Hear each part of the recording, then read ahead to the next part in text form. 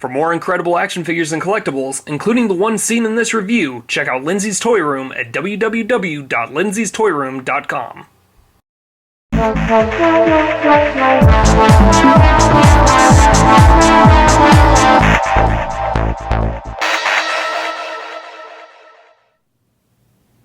Hello YouTube, and welcome to Turmoil in the Toybox. I'm your host, Aaron Hauser, and today we're going to be reviewing the NECA Dawn of the Planet of the Apes Series 1 set of figures.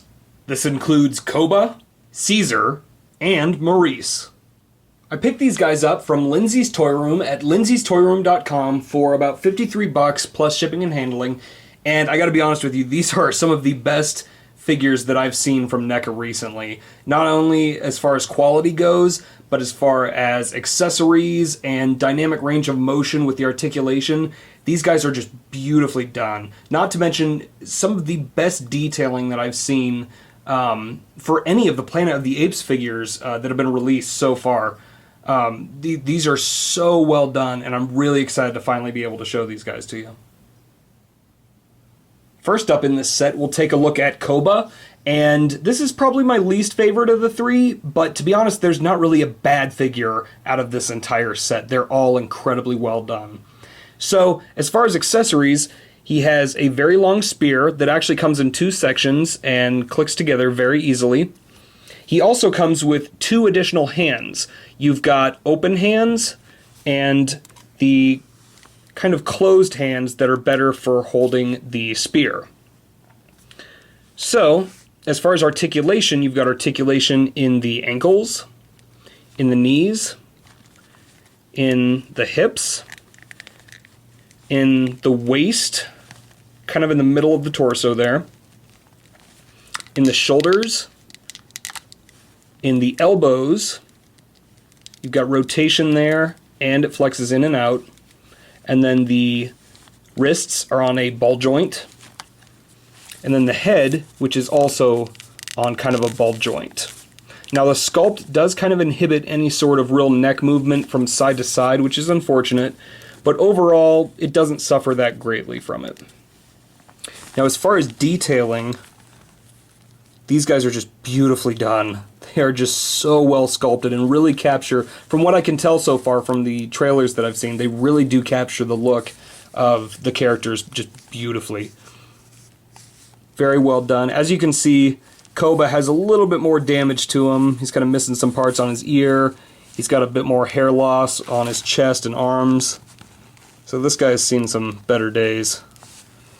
And then he also comes with peg holes on the feet. All three of these figures do, which is great. And they actually stand up quite well without the display stands.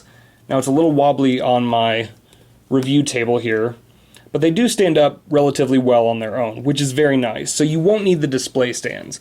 But if you do want them, you do have that option, which is really nice. Next up, we've got Maurice, and this is by far, I think, the most heavily detailed figure of the three. And I've honestly never seen an orangutan figure done in this sort of definition. This is just a very, very cool display piece. Now, he only comes with one accessory, which is a small book. And that actually fits really nicely into his hand. If you just kind of wedge it in there. The hands are a bit more rubbery, so you can actually manipulate them a lot easier.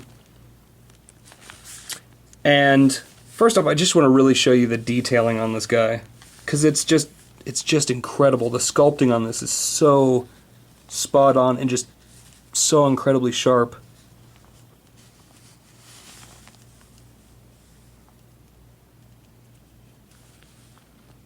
Just beautifully, beautifully done. So as far as articulation, he has articulation in the head on a ball joint, same as the other two. Articulation in the shoulder. Articulation in the elbow. And what's really nice, and I just want to kind of point this out, is that this elbow actually kind of expands back into the upper arm so that the hair actually meshes together, so it looks very seamless. It's a beautiful design on this guy. It's just not like crazy apparent that there's even a joint there. It's very well camouflaged. Then of course he has his hands, which are on a ball joint. He's got a mid-torso flex point as well. Articulation in the hips, in the knees, and in the ankles. And then, like I said, he also has the display stand peg hole, so you can put him on there if you want. And there's a bunch of different really cool poses you can do with this. You can kind of have the more ape-like pose where he's kind of down on all fours, or you can have him standing very easily as well. Now, on the table, like I said, it's probably not going to be his best, but doing like that, it actually looks really nice. So, overall, as far as detailing, this may be my favorite of the three, but it's just so well done. Like I said, there's not a bad figure among these three, but of all the ones that just really shine, just the detailing on this specific figure is just incredible. And last but not least is Caesar, and this is also a beautifully done figure, the same as the other two. I think this one just looks the coolest, honestly. It's got a nice mixture of that sort of Planet of the Apes vibe with the deep emotions on Caesar's face. The way they sculpted it just looks very, very well done. And the articulation, and this one also does come with a couple accessories. So you've got the spear, which once again that attaches. I had trouble getting this one kind of all the way situated, but it does click in there, which is nice. And then you've got two sets of hands. You've got the open and the closed. Or they're not entirely closed, but they're made just so they can grip the spear better. So, same articulation with this guy. He has articulation in the shoulders, in the elbows,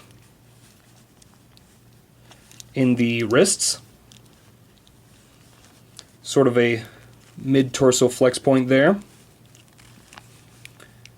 In the hips, in the knees,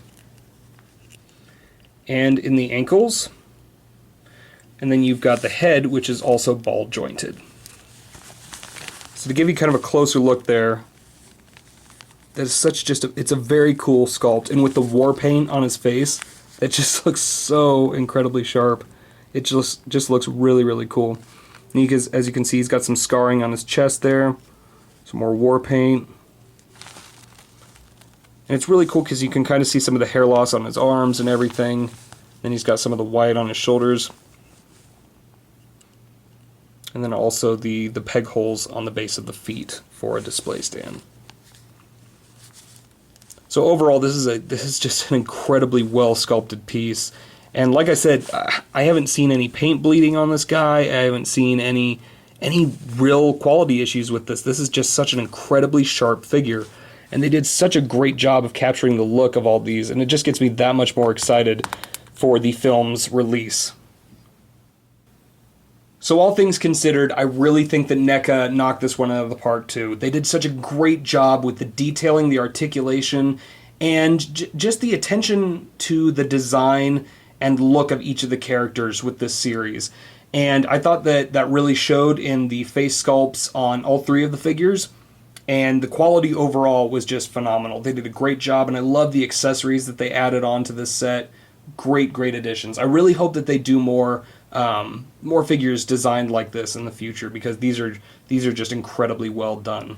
But that's about it for this review. If you have any questions about the figures, just leave them in the comments below, and feel free to check out some of my other reviews. As always, thanks for watching.